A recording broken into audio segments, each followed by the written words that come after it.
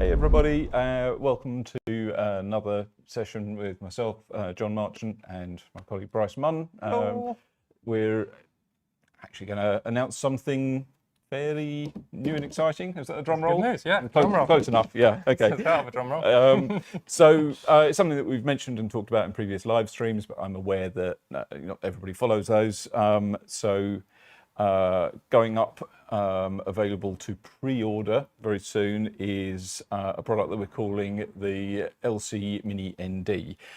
So this is effectively something that I think addresses a slightly different user base. Very different, I would say. Yeah, but also really applicable still to the professionals that are used to working with KipperTie stuff. We gave maybe a little bit of a hint on our socials the other day when I was comparing, how does our standard for mechanical devices and that kind of thing compare to, average and maybe cheaper. It's really interesting actually to see, what's minimum viable cheap way of doing something, and then what's the acceptable, and then what do you get when you actually say, okay, let's do this as well as we can, even at the.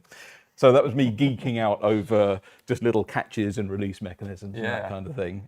But from my perspective, it's really valuable to do that stuff well, because if you're using something in a professional environment, it's got to be right. Absolutely, yeah. So let's talk a little bit about what the product is, and we'll start from kind of basics on this. So this lens mount, I think a lot of people will be familiar with. This is the Canon original RF to EF adapter. I know a lot of people will have these. Maybe I would say it's one of those pieces of kit that a lot of people have and then find the shortcomings and say, that's not great, it's not what I want to use. There are lots of these out there, both the original Canon version, and there are lots of low-priced clones as well, and there are also some more professional versions of this drop-in filter mount. And yeah, it's a pretty common item.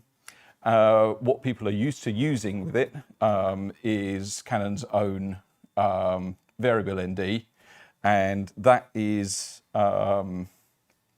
not the greatest. It's quick and simple, I think, is probably the best thing I have to say about it. It has a lot of color shift. It goes, to be honest, it allows rather too much ND range. Yeah, it's quick and simple, but it isn't ideal. And I think, I'm probably right in saying that a lot of people have these and maybe get bitten by some of the negatives that come from that. And, it ends up on the shelf and maybe not getting used all that much. So our idea here is to resurrect that pretty substantially. So what we've produced in the LC Mini ND, this is using technology from LC Tech in Sweden. So this is an electronic ND that is designed to fit in exactly that same slot. So it's dead simple from that perspective, compatible with simple things that a lot of people will have, and obviously compatible also with anything else that is using that drop-in filter standard, which there are other products out there that use it. The core functionality, obviously, it's an electronic ND, so it's electrically powered. It has its own internal battery, runs about 24 hours on a charge, and we have a couple of different ways of controlling it. We've got a straightforward interface on the side. We can go through in fractions of a stop, and we get a readout nice and big and clear when we're at a whole stop value. And we've got everywhere from 0.6 to 2.1 ND. Obviously, like all electronic NDs, there's a minimum value, and you'd need to substitute a standard clear filter if you needed to go lighter than that. But what it does allow us is some really elegant control and precision over that ND value. So we can click into our fine tune mode and make exceedingly small and repeatable adjustments for detailed control. If you want to make sure that you don't knock that, we've got a couple of different things. You can either choose to control it remotely by putting it into Bluetooth mode, controlling from the app. That disables the local button, which is a good way of making sure that you don't accidentally make changes. Alternatively, you have the ability to double click and lock the interface. And a double click on the button unlocks it again. So we'd like to think it's a nice, usable, friendly interface. There's a lot of effort has gone into squeezing this functionality into a really small space, and obviously, it has compatibility with quite a broad range of equipment. I'm just going to throw it onto a Komodo here quickly, just so we can see what that looks like.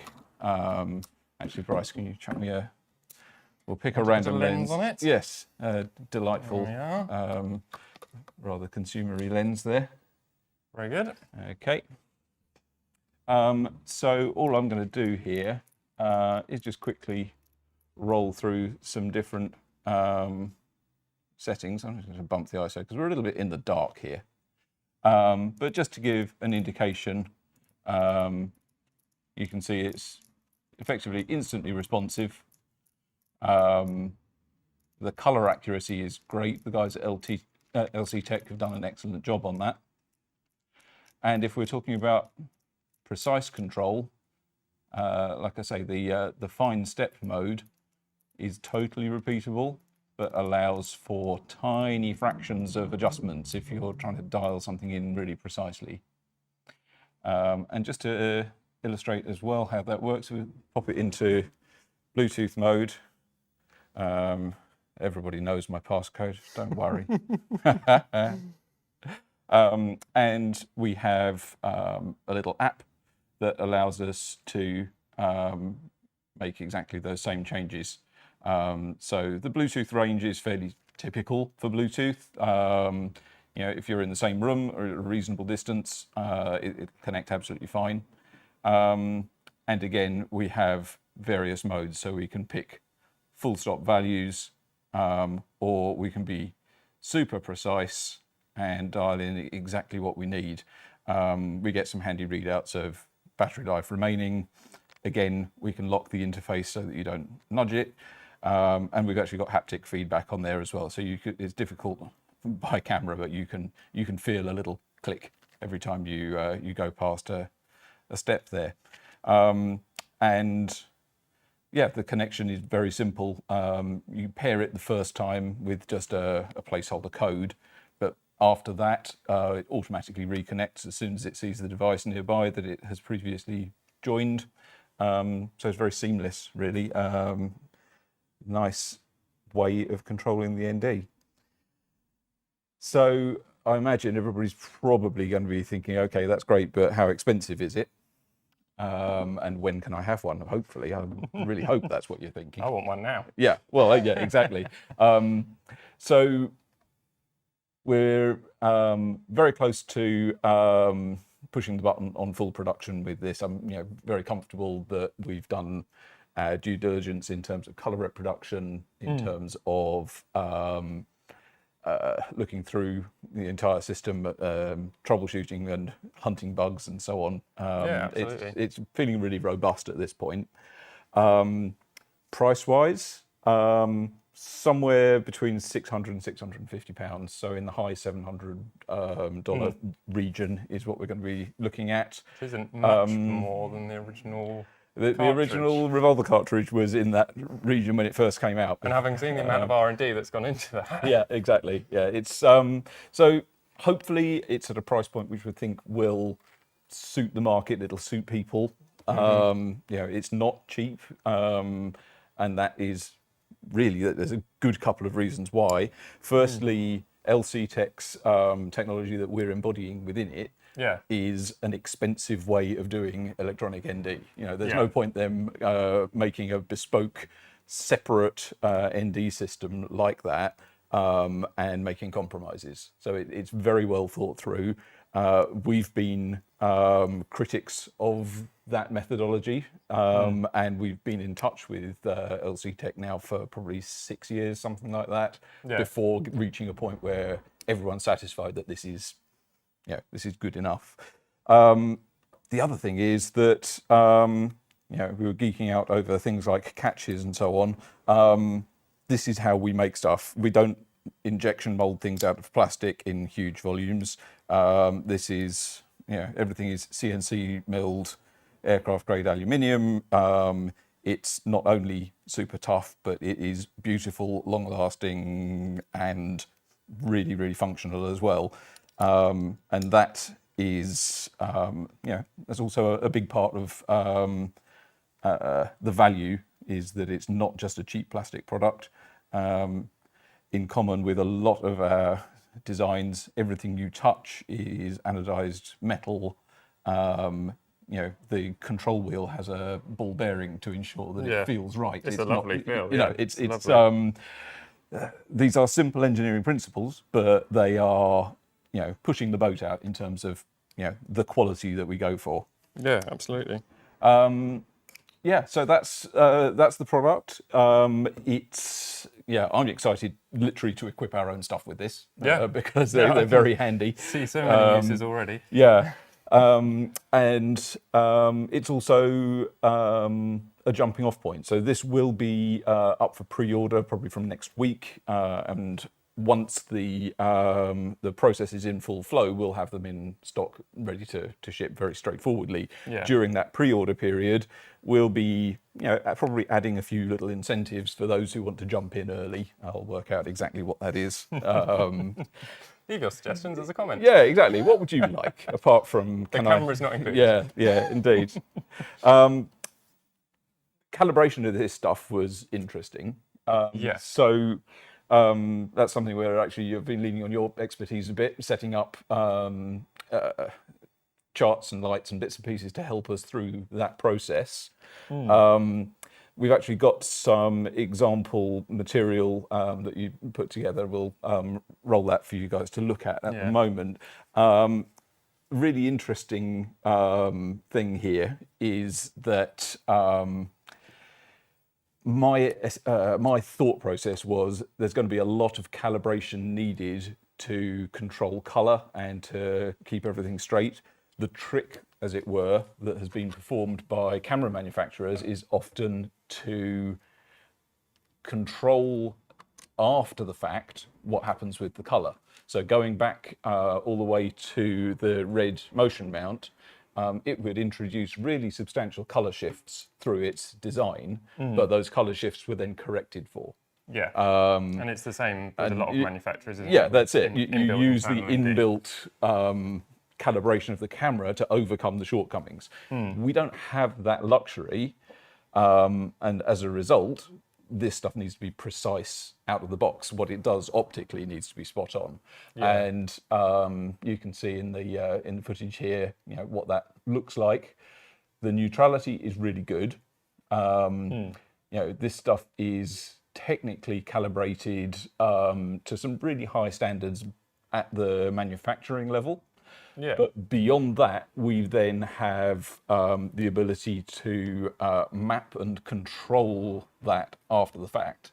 So we've actually built some software that allows us to do that. Effectively, we can map a set of values all the way through the exposure range to ensure that the values that you're getting are really precise. Yeah, and this is about lining up what the LC technology in it is actually doing by referring to the numbers on it. Is it matching that's the it, yeah. value that it's And saying it that's is? actually something that is calibrated individually for every filter produced. So LC Tech as a manufacturer characterize every single piece of glass, and we take that calibration, we interpret it, and we rebuild it and refine it, and we actually test it back on a camera to establish, okay, are we getting precise values?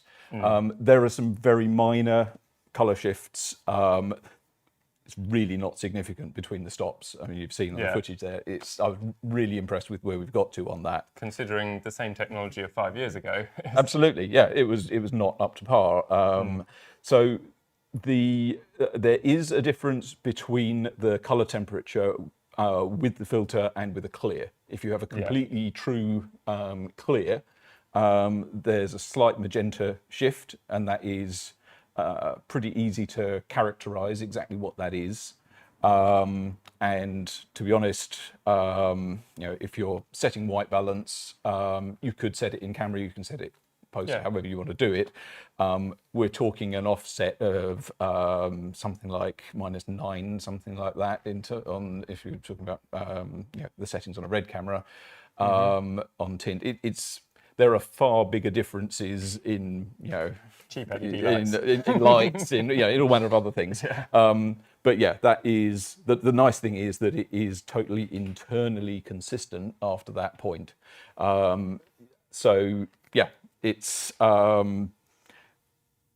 there is a shift in between clear and the electronic ND. It's one that you can characterize pretty easily. Yeah. But once you're into that, once you're using it, the consistency is really good. Now, being LCD based, there is polarization involved in the process. Yeah. But the way the optical sandwich is built, it means that we are not seeing anything like the polarization artifacts that you get with variable NDs. Because a variable ND works by crossing over two different sets of polarization and relying on that to eliminate some of the light. Now that is, for a start, not consistent in terms of what it does to the light, because if you have light of different polarization, you're going to affect it differently. Screens or yes, things like that. anything with screens, phones, artificial lights. All sorts of things are affected. So yes, there is some polarization effect in it. However, what we are noticing is, at most, if you have an image on a computer screen or something like that, if you make a 90-degree rotation, the screen can potentially have a very, very small color shift. That's the worst effect that I'm able to find. We've got absolutely nothing in terms of effect on reflections, effect on colors in a blue sky. Certainly nothing like the cross pattern that's infamous with the variable NDs. Yeah. So yeah, without diving too deep into the reasons why, it's more than just a simple polarized liquid crystal, and it is also not a crossover of multiple sets of polarization. Yeah. So yeah, some of the big nasties of electronic ND are not there. To me, the functional compromise is purely that it's 0.6 through to 2.1. That's the catch. Yeah. And there are very few other catches with it, I would say. We're managing to embody a really nice piece of tech from LC Tech. And hopefully what we've added to that is, something that's in an accessible form, and has the quality that people expect from KipperTie. It's built right, and it's solid, and it's intuitive.